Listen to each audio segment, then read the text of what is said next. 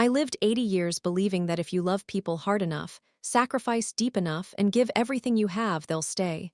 They'll remember. They'll care.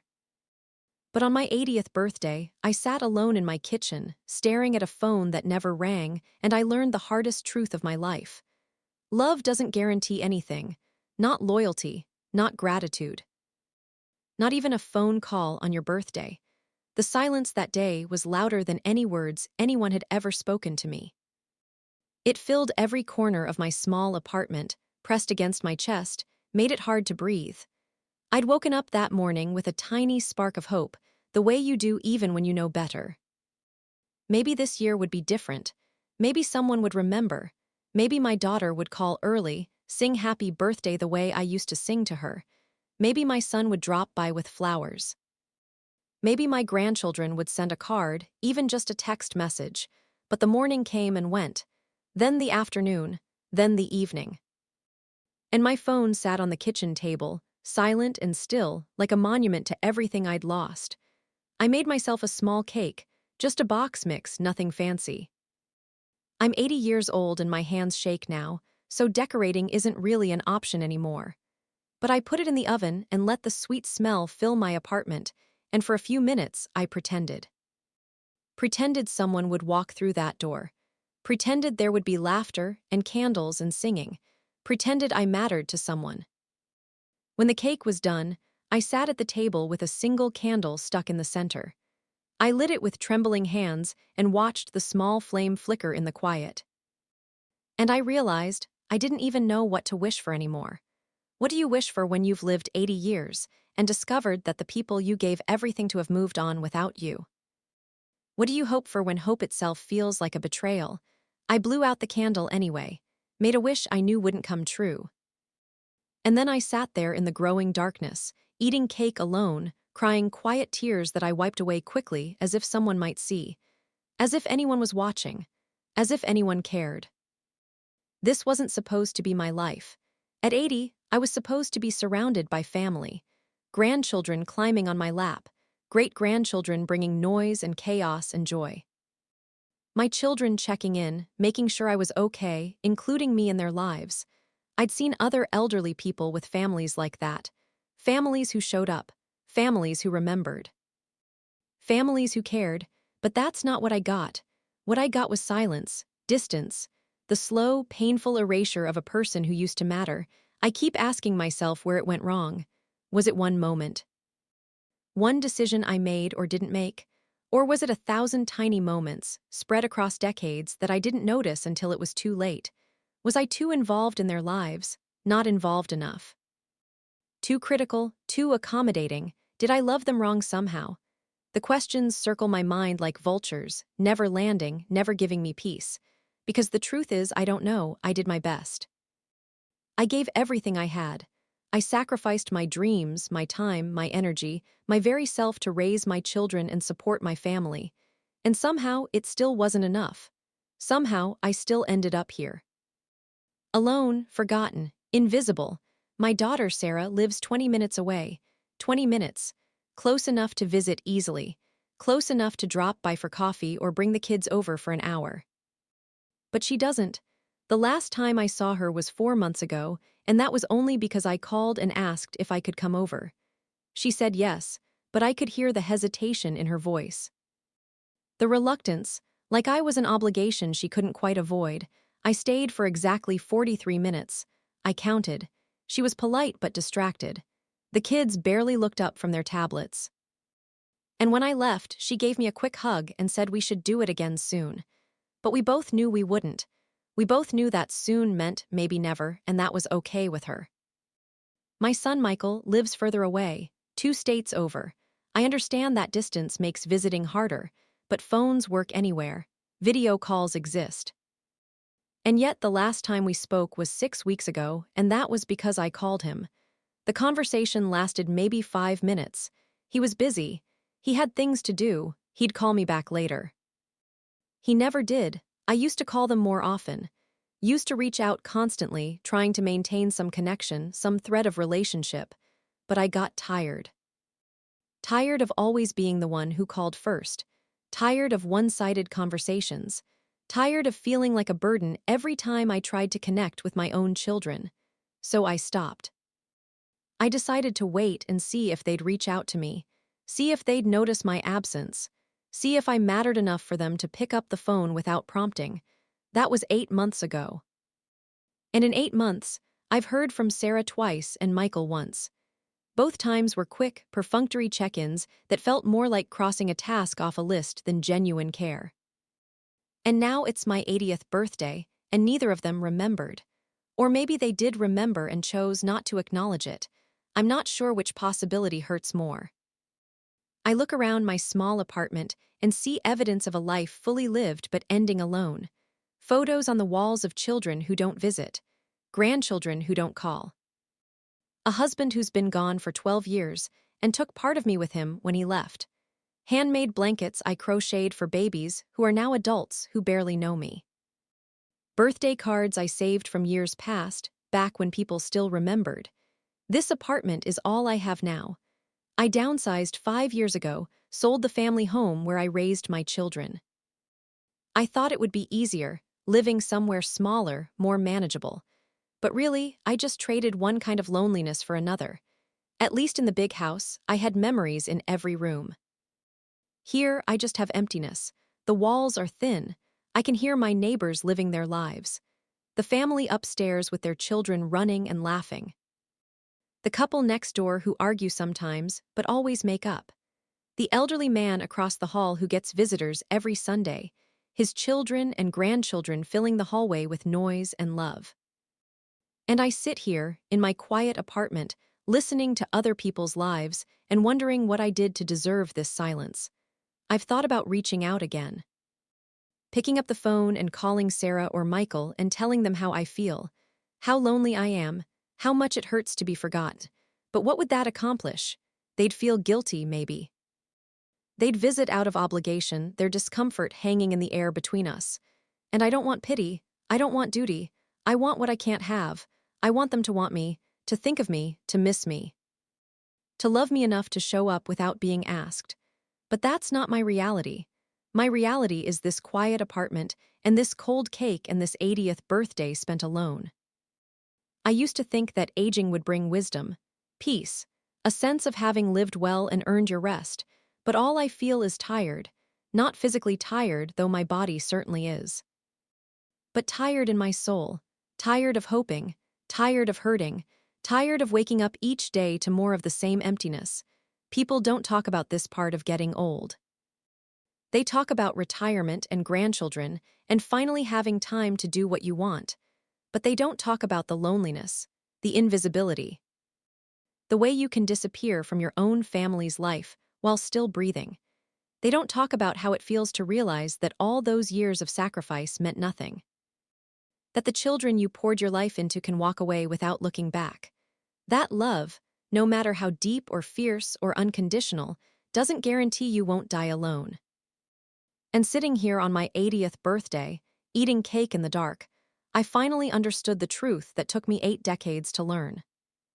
The truth I wish someone had told me when I was young and hopeful and believed that love was enough.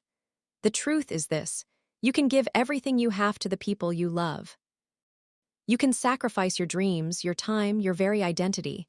You can be the perfect mother, the devoted wife, the selfless grandmother. And still, it won't matter. Still, you can end up alone. Because people don't stay just because you loved them. They stay because they choose to. And if they don't choose you, all the love in the world won't change that. That's the hard truth 80 years taught me. And it's a truth that breaks something inside you that can never quite be fixed. I wasn't always this person, sitting alone in the dark on my birthday. There was a time when my life was full, overflowing even, a time when I was needed, valued, essential, when people depended on me and I felt like I had purpose. That feels like a lifetime ago now. Maybe because it was. I grew up during a time when women's roles were clearly defined. You got married, you had children, you took care of your family. That was your job, your calling, your entire identity, and I embraced it fully. I never questioned whether there might be more for me. I never wondered what I wanted outside of being a wife and mother. Those things were enough. Or at least, I believed they were. I met my husband, Richard, when I was 19. He was 22, working at his father's hardware store, handsome in a quiet, solid way. We met at a church social. He asked me to dance. 6 months later, we were married. That's how it worked back then. You didn't wait years agonizing over whether someone was your soulmate. You met someone decent, someone with good prospects, and you built a life together. And we did build a life, a good one for a long time. Richard was a good man. He worked hard, provided for us. He wasn't particularly affectionate or expressive, but men of his generation weren't. He showed love through action, not words. By going to work every day, by fixing things around the house, by being there, steady and reliable. We had Sarah first. She was born 11 months after our wedding. I was 20 years old, barely more than a child myself, suddenly responsible for keeping another human alive. I remember the terror I felt bringing her home from the hospital. This tiny, fragile creature depending entirely on me. What if I did something wrong? What if I wasn't enough? But somehow, I managed. I learned, I became a mother, and I was good at it. Being a mother became my entire world. Sarah was everything to me, my purpose, my joy, my identity. I poured everything I had into raising her. Made sure she had everything she needed. Kept her safe, fed, loved. Sacrificed sleep and personal time and any dreams I might have had for myself. But it was worth it. Watching her grow, seeing her smile, hearing her call for me, that made everything worth it. Michael came 3 years later. My son, my baby boy.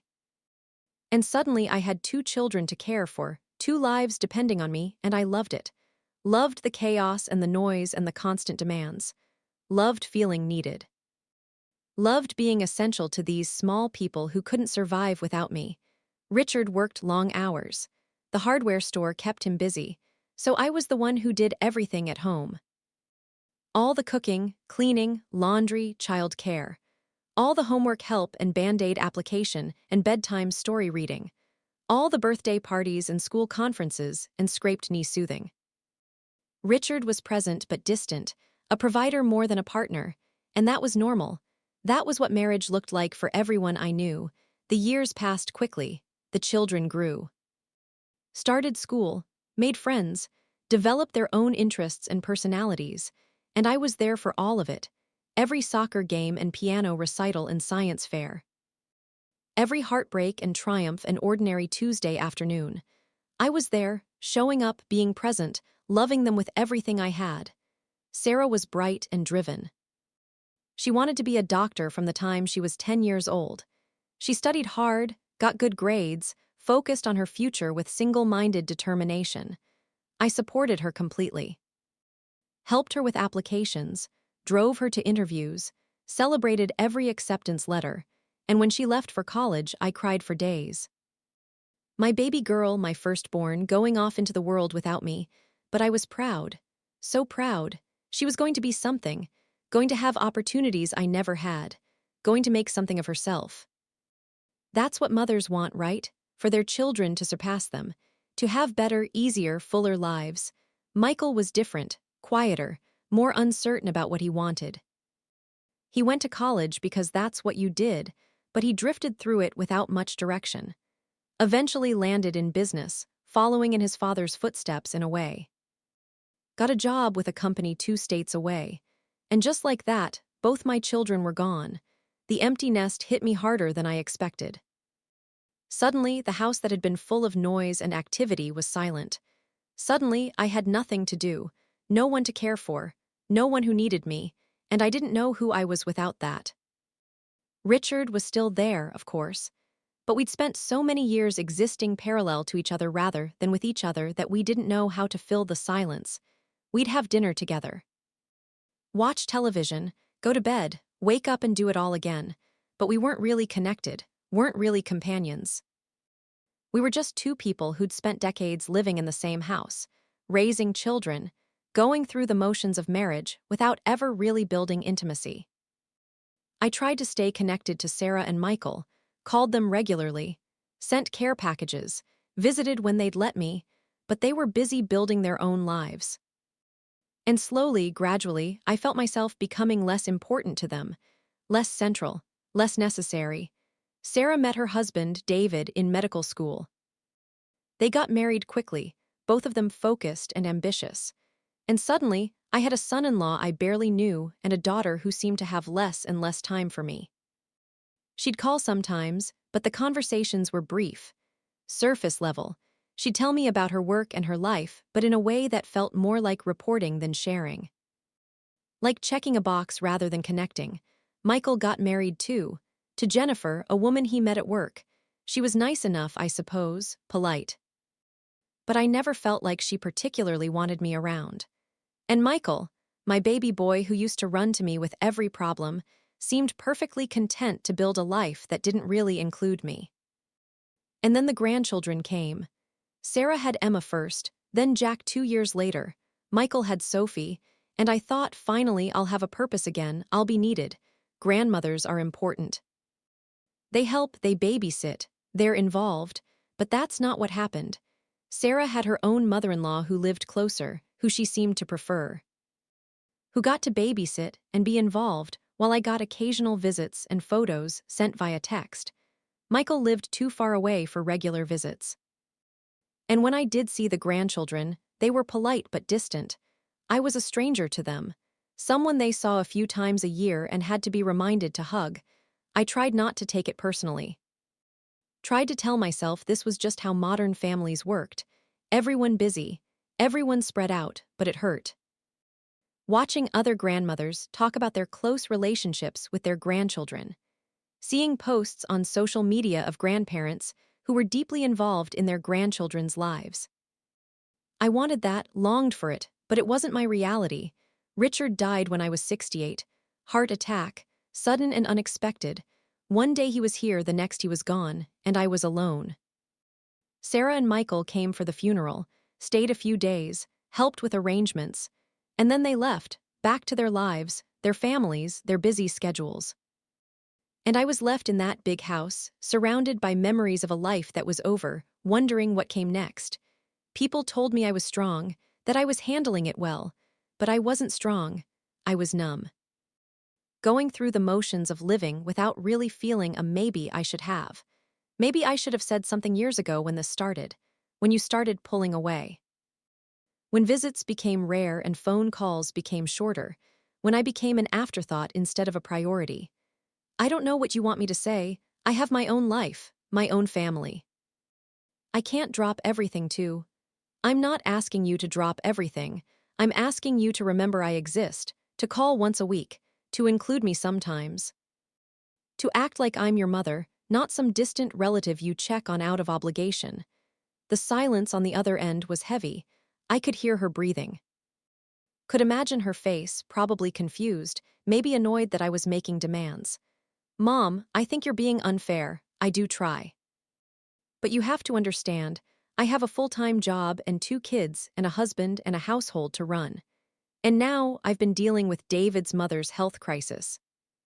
I'm stretched thin as it is. And I understand that, but Sarah, I'm your mother, doesn't that mean anything? Of course it does, but I can't be everything to everyone. Something has to give, and I'm the thing that gives. Is that it? She sighed. I don't want to fight with you. I don't want to fight either, I just want you to see me. To acknowledge that I'm lonely, that I need you, that forgetting my birthday hurt, that months of silence hurt. I said I'm sorry about the birthday, I'll do better. But I knew she wouldn't. This conversation wouldn't change anything. She'd feel guilty for a few days, maybe call a bit more often for a week or 2, and then things would go right back to how they were. Because the problem wasn't that she forgot my birthday. The problem was that I wasn't a priority, and I couldn't make someone prioritize me. I need to go, I said quietly. Mom, don't be like this. Like what, honest? No, guilt-tripping, making me feel bad for having a life. Her words hit like a slap. I wasn't trying to guilt-trip her. I was trying to tell her I was drowning, but she couldn't hear it, or wouldn't. Goodbye, Sarah. I hung up before she could respond. Sat there with the phone in my hand, shaking. I'd finally said what I needed to say, finally been honest, and it had changed nothing. The phone rang almost immediately. Sarah calling back, I didn't answer, let it go to voicemail. She called twice more. I ignored both calls. The next day, Michael called. Sarah must have told him about our conversation. Mom, Sarah said you were upset. What's going on? Did she tell you she forgot my birthday? She mentioned it, and she feels terrible. Do you even know when my birthday is, Michael? Silence. That's what I thought. Mom, I'm sorry, I should have remembered, but getting angry at us isn't going to help anything. I'm not angry, I'm sad, there's a difference. I'm sad that I don't matter to my children, that I spent 80 years giving everything I had to you and your sister, and this is what I get in return. That's not fair. We didn't ask you to give up everything. You made those choices.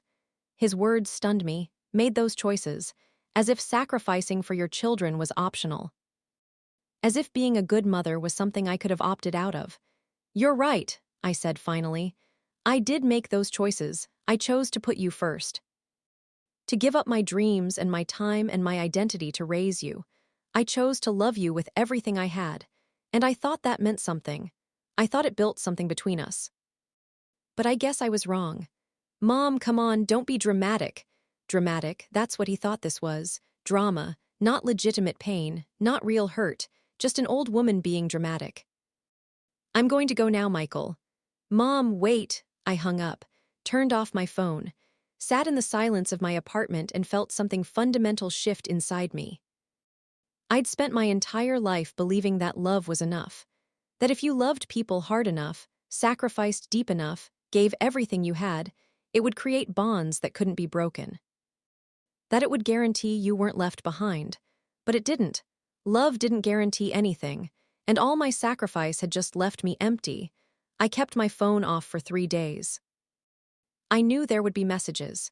Probably from Sarah, maybe from Michael, maybe even angry ones accusing me of being unreasonable or manipulative.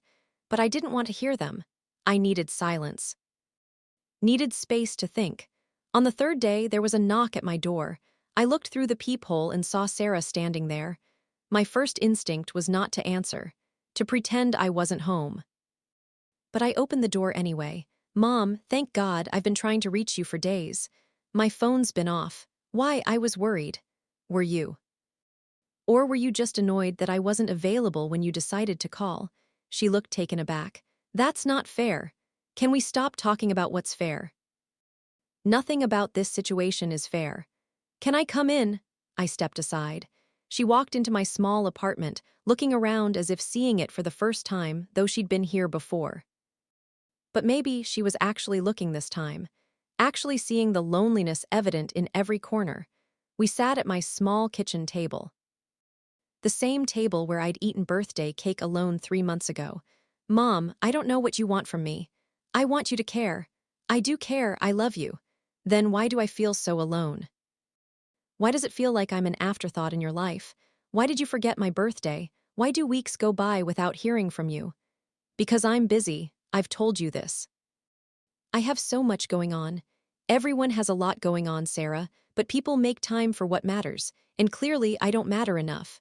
That's not true, you're my mother. Of course you matter. Then act like it. Call me more than once a month. Visit once in a while. Remember important days. Include me in your life instead of keeping me at a distance. I can't just drop everything to cater to your loneliness. The words hung in the air between us. Harsh, true from her perspective maybe. But devastating from mine. Cater to my loneliness, I repeated quietly. Is that what you think wanting a relationship with my daughter is? Catering to my loneliness? I didn't mean it like that. Yes, you did, and maybe you're right. Maybe I am just a lonely old woman wanting attention. But Sarah, I'm your mother. I raised you. I was there for every moment of your childhood. And now I'm 80 years old and alone, and I just want my children to remember I exist. Tears were streaming down my face now. I didn't bother wiping them away. Sarah looked uncomfortable. Mom, I'm sorry I forgot your birthday. I'm sorry I don't call more. I'm sorry you're lonely, but I can't fix all of that. I can't be responsible for your happiness. I'm not asking you to be responsible for my happiness. I'm asking you to be my daughter. I am your daughter. But I'm also a wife and a mother and a doctor. I have so many people depending on me, so many responsibilities. And I'm doing my best to balance it all. And I'm the thing you sacrifice to make it all work. She didn't deny it, just sat there, looking tired and frustrated. I should go, she said finally. I have to pick up the kids. Of course you do, she stood, hesitated at the door. I'll try to do better, Mom, I will. But we both knew she wouldn't. Or she'd try for a week or two and then slip back into old patterns. Because I wasn't actually a priority. I was just someone she felt obligated to check on occasionally. After she left, I sat at that table for a long time. Watched the light change as afternoon turned to evening. Watched shadows lengthen across my apartment, and I made a decision. I couldn't keep doing this. Couldn't keep waiting for them to change. Couldn't keep hoping for something that wasn't going to happen. I needed to accept reality. Accept that my children had their own lives, and I wasn't a significant part of them. Accept that I was alone and would likely stay that way. It was the hardest acceptance of my life. Harder than accepting Richard's death. Harder than accepting my aging body and fading mind. Because this was accepting that the people I loved most in the world didn't love me back. Not the way I needed them to. I turned my phone back on. There were 17 missed calls. 12 from Sarah, 5 from Michael, several voicemails. I deleted them all without listening. It didn't matter what they said. Nothing would change the fundamental truth. I was alone, and I needed to figure out how to live with that. The weeks after my conversation with Sarah were dark. Darker than anything I'd experienced since Richard's death. I fell into a depression that felt like drowning. Some days I couldn't get out of bed. Couldn't see the point. Couldn't find a reason to keep going. What was I living for? My children didn't need me. My grandchildren barely knew me.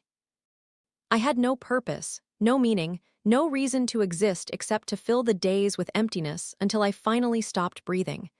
Betty from the senior center called a few times. I didn't answer. Didn't want to talk to anyone. Didn't want to pretend I was okay or listen to advice about building a life. What life? What was there to build? But Betty was persistent. When I didn't answer her calls, she showed up at my door, knocked until I had to answer or call the police. You look terrible, she said when I opened the door. Thank you. Let me in. I did. Because I was too tired to fight.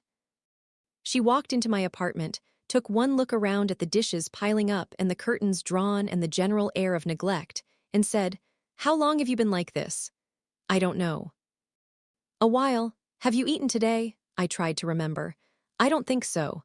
She went into my kitchen without asking, started making tea, digging through my refrigerator for something edible. Found some bread and cheese and made me a sandwich, brought it all to the table and sat down across from me. Eat. I took a bite. It tasted like nothing. Talk, she said. There's nothing to say. That's nonsense. Something happened, tell me. So I did. I told her about the conversation with Sarah, about Michael. About the realization that my children didn't care the way I needed them to. About feeling like I had nothing to live for. She listened without interrupting. When I finished, she said, You're grieving. Grieving what? No one died. Yes, they did. The relationship you thought you had died. The future you imagined died. The version of yourself that mattered to your children died. That's worth grieving. I started crying. She handed me tissues. But here's the thing, she continued. You can't let this destroy you. You can't let their inability to show up the way you need turn you into someone who gives up on life. What's the point of life if the people you love don't love you back? The point is that you're still here. You're still breathing. You still have time. And you can choose to use that time wallowing in what you don't have, or you can choose to build something new. I'm 80 years old. What am I supposed to build? Whatever you want. A life that doesn't depend on whether your children call. Friendships that matter. Hobbies that bring you joy. Meaning that comes from inside you, not from external validation. I don't know how to do that. Then learn, you've got time. And you've got me pestering you until you figure it out. She stayed with me for hours that day, made sure I ate, opened the curtains, did my dishes. And before she left, she made me promise to come to the senior center the next day. Just for an hour, she said. Just to get out of this apartment. Can you do that? I nodded. Not because I wanted to, but because she'd driven all the way here to check on me and I owed her something. The next day, I went, sat in the common room while Betty worked on a puzzle. Other people came and went. Someone asked if I wanted to join their book club. I said maybe. Betty looked at me with approval. "That's a start," she said. It was, a small start, but something. Over the following weeks, Betty became a lifeline. She called every morning, made sure I got up, made sure I ate, dragged me to the senior center even when I didn't want to go, introduced me to people, pushed me into activities, and slowly, very slowly, I started to feel a little less like drowning. Started to have things to do that had nothing to do with whether my children called. Started to build a life that wasn't centered entirely around waiting for scraps of attention from Sarah and Michael. I joined the book club. Started going to water aerobics classes at the community pool. Volunteered one afternoon a week at the library, shelving books. Small things, but they filled hours that would otherwise be empty. Sarah called occasionally. The conversations were still surface level, still brief, but I stopped expecting more. Stopped hoping she'd suddenly become the daughter I wanted. Started accepting the daughter she was. Michael called less often. I'd mostly given up on him. He was too far away, too caught up in his own life, and that was okay. Or at least I was learning to make it okay. The grief was still there, the hurt, the disappointment, but it wasn't all-consuming anymore, wasn't the only thing I felt. There were moments now where I felt something else. Not happiness, exactly, but maybe contentment, maybe peace with things as they were rather than as I wished they would be. Betty taught me that. She'd been where I was, had learned these lessons before me, and she was willing to walk me through it, patient with my setbacks, encouraging with my small victories. "You're doing better," she said one day about 2 months after she'd first shown up at my door. "I don't feel better, but you're here, you're getting up every day, you're building something." That's better. Maybe she was right. Maybe better wasn't feeling happy. Maybe it was just continuing to exist, continuing to show up, continuing to find small reasons to keep going. As the months passed, something shifted in how I saw my life. It wasn't dramatic, wasn't sudden, but gradually, day by day, I started to accept my reality instead of fighting it. My children weren't going to change. They weren't suddenly going to become attentive and present. They weren't going to prioritize me or include me or make me feel valued, and I couldn't make them. Couldn't force a relationship they didn't want, but I could choose how I responded. I could choose to stop waiting, stop hoping, stop measuring my worth by whether they called. The book club became important to me. We met every other week, discussed novels I'd never have read otherwise, debated characters and themes and meanings. The women in the group were smart, opinionated, vibrant. They had their own struggles, their own disappointments, but they showed up. They engaged. They created community with each other. One of the women, Margaret, lost her husband around the same time I lost Richard. She talked about it sometimes, about the loneliness, about learning to be alone. But she'd rebuilt. Traveled to places she'd always wanted to see. Took classes, volunteered, made a life that was hers. "The secret," she told me one evening after book club, "is to stop looking for other people to fill the emptiness. You have to fill it yourself. How do you do that when you're this age? When everything hurts and you're tired all the time and the world doesn't want you anymore. You do it anyway, because the alternative is giving up, and I refuse to give up. I've got years left, hopefully. I'm not spending them miserable." Her words resonated. I had years left too, maybe many, maybe few. But however many I had, did I want to spend them waiting for children who weren't coming? Grieving a relationship that was already gone? Or did I want to do something else with that time? I started trying new things, small things at first. I took a painting class even though I'd never been artistic. Turned out I was terrible at painting, but I enjoyed it anyway. Enjoyed the quiet focus, the way you could lose yourself in mixing colors and making brushstrokes. I started walking every morning. Just around the complex, but it got me outside, got me moving, gave me a routine that had nothing to do with waiting for the phone to ring. I volunteered more at the library. Enjoyed being useful again. enjoyed the quiet order of shelving books, enjoyed the occasional conversations with patrons who needed help finding something. These weren't grand adventures, weren't exciting or dramatic, but they were mine. Things I did because I wanted to, not because I was trying to please someone or fulfill a role. And slowly, I started to feel like a person again instead of just a mother who'd been discarded. Sarah called one day about 4 months after our difficult conversation. I almost didn't answer. But I did. "Hi, Mom, how are you?" "I'm fine, how are you?" "Good, busy as always."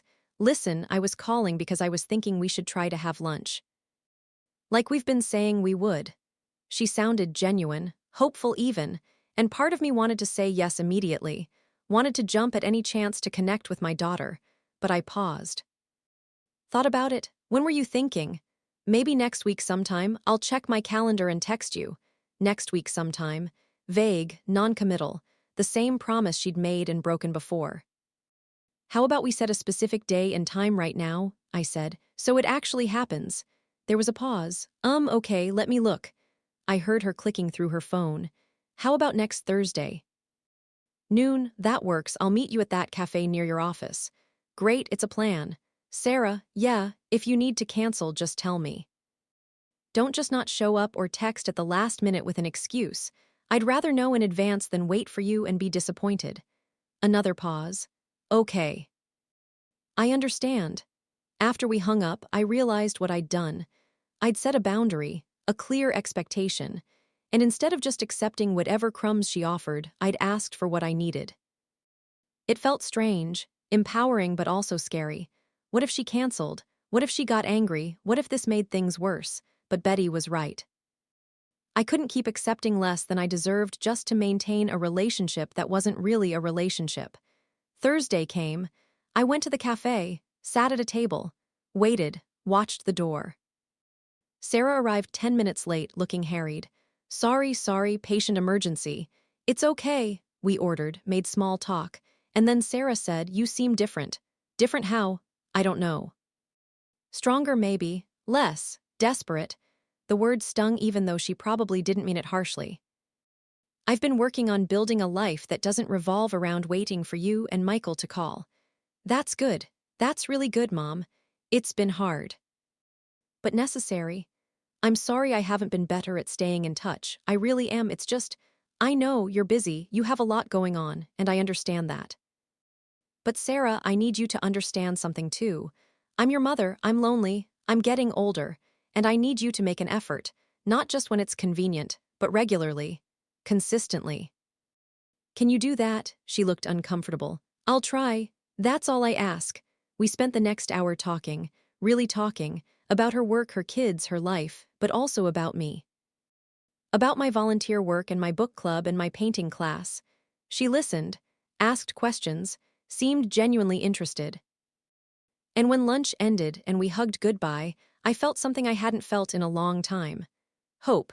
Not that everything would magically be fixed, but that maybe we could build something real. Something honest, something that worked for both of us. It was a start, just a start, but that was enough. The year I turned 81 was different from the year before, not perfect. Not without loneliness or difficult moments, but different, better in ways I couldn't have imagined during those dark months after my 80th birthday. Sarah and I had lunch once a month now. She didn't always initiate, but she showed up when we planned it. And slowly, we were building something. Not the relationship I'd always wanted, but a relationship nonetheless. One based on honesty and clear expectations rather than unspoken needs and resentment. Michael was still distant. We talked maybe once every 6 weeks. But I'd stopped expecting more from him. Stopped taking his absence personally. He was who he was, living his life far away. And that was okay. I'd grieved the relationship we didn't have and made peace with the one we did. But the biggest change was in how I saw myself. I wasn't just someone's mother anymore, defined entirely by relationships with people who didn't prioritize me. I was my own person with my own interests and my own life. The book club had become one of my favorite things. We'd graduated from just discussing novels to actually writing our own stories. Betty had suggested it, and to my surprise, several of us were interested. So once a month, we'd share what we'd written, give feedback, encourage each other. I started writing about my life. About being a mother and a wife. About aging and loneliness and learning to rebuild. About the hard truths 80 years had taught me, and putting it into words helped. Helped me process everything I'd been through. Helped me see my story with perspective. One day, I read a piece I'd written about my 80th birthday. About sitting alone with that cake and that candle. About the silence and the grief and the realization that love doesn't guarantee anything. When I finished, the room was quiet. Then Margaret spoke. "That's powerful, that's real, people need to hear this." "It's just my experience," I said. "Exactly. And there are thousands of women just like you, going through the same thing, feeling the same loneliness. Your words could help them feel less alone." Betty agreed. "You should do something with this, share it somehow." The idea seemed impossible. I was 81 years old. Who would care about my story? But they encouraged me, pushed me to think about it. To consider that maybe my pain could have purpose. I started writing more intentionally after that, not just for the book club, but for myself. For anyone who might need to hear that they weren't alone in their grief over lost relationships with their children, that their feelings were valid, that they could survive it. My 81st birthday came. This time, I wasn't waiting for calls. I'd planned my own celebration. Invited Betty and Margaret and a few other women from the senior center. We had lunch at a nice restaurant, laughed, told stories, celebrated life and friendship and surviving hard things. Sarah called that day, wished me happy birthday. Asked if she could take me to dinner later in the week, and I said yes. Not desperately, not with the hope that this meant everything was fixed, but simply accepting what she could offer. Michael called too, just a quick call, but he called, and I appreciated it without expecting more. That evening, alone in my apartment after my celebration, I thought about the previous year. About how much had changed. About how I'd gone from wanting to give up to finding reasons to keep going. The loneliness was still there, probably always would be. I still missed having a close relationship with my children. Still wished I saw my grandchildren more. Still felt the ache of being mostly forgotten by the people I'd given my life to. But I'd learned something crucial. I'd learned that I could survive that loss, could build a life anyway, could find meaning and purpose and even joy despite the grief. I'd learned that people will disappoint you, that even those you love most, those you sacrificed everything for, might not love you back the way you need. That family doesn't always mean connection. That aging often means being left behind. These were hard truths, painful truths, but they were true, and accepting them, really accepting them, freed me in a way. Freed me from constantly hoping things would change. Freed me from measuring my worth by whether my children called. Freed me to build something new from the ruins of what I'd lost. I thought about the woman I'd been a year ago, sitting with that birthday cake, crying in the dark, wondering if life was worth living, and I felt compassion for her, for how much she was hurting, for how lost she felt, but I also felt gratitude that I wasn't her anymore, that I'd survived that darkness and come out the other side, not unscathed, not without scars, but alive, still here. Still trying. Betty called that evening to check in. "How was your birthday?" "Good, really good. I'm proud of you for how far you've come. Thank you for everything. For showing up when I couldn't, for refusing to let me give up.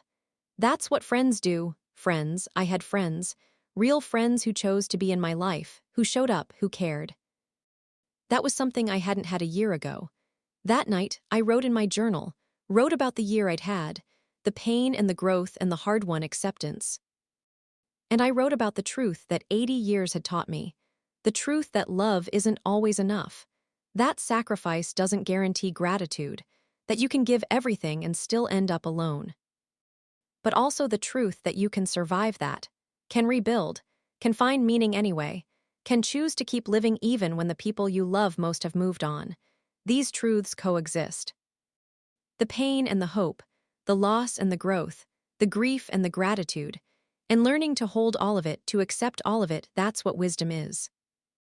As winter turned to spring in my 82nd year, I found myself thinking often about legacy, about what I'd leave behind when I finally left this world. What would people remember about me? What would my story be? For so long, I thought my legacy would be my children, that I'd be remembered as a good mother who sacrificed and loved and gave everything. But I wasn't sure that was true anymore. Wasn't sure my children would remember me that way. Wasn't sure they thought about me much at all. But maybe legacy wasn't just about how others remembered you. Maybe it was about how you lived, about the choices you made when life didn't go as planned, about whether you gave up or kept going, about what you built from the ruins. I thought about my story, about the woman who spent her 80th birthday alone and learned the hardest truth of her life, about how she almost gave up but didn't, about how she found the strength to rebuild. That story mattered, not because it was dramatic or exciting, but because it was real. Because it was a story that thousands of elderly people were living right now. People who'd given everything to their families and been left behind. People who felt invisible and forgotten. People who wondered if life was still worth living. If my story could help even one person feel less alone, then maybe that was legacy enough. I kept writing, kept sharing my work with the book club. And one day, Margaret suggested I submit something to a local magazine that published personal essays. They're always looking for authentic voices, real stories, this is that. I was terrified. Terrified of being rejected, terrified of being exposed, terrified of Sarah and Michael seeing it and being angry. But I did it anyway. Sent in an essay about learning to be alone. About rebuilding after your children move on. About finding yourself when you're no longer defined by being someone's mother. 3 weeks later, they accepted it.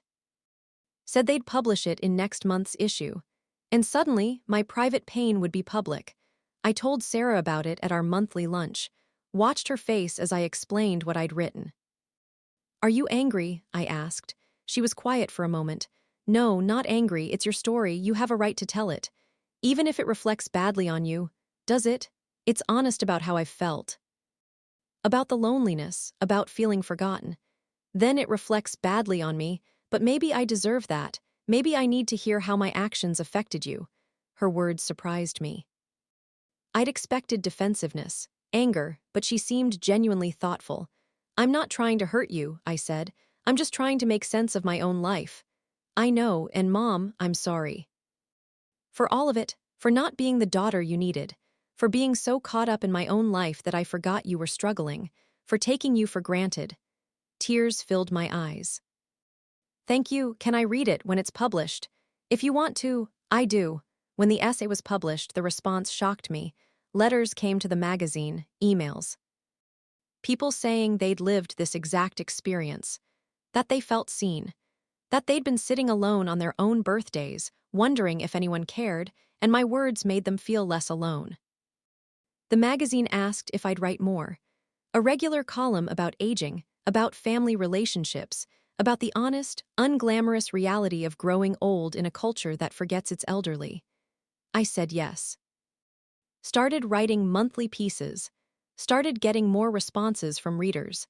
Started realizing that my pain had purpose, that my story mattered not despite its ordinariness, but because of it. Sarah read everything I wrote.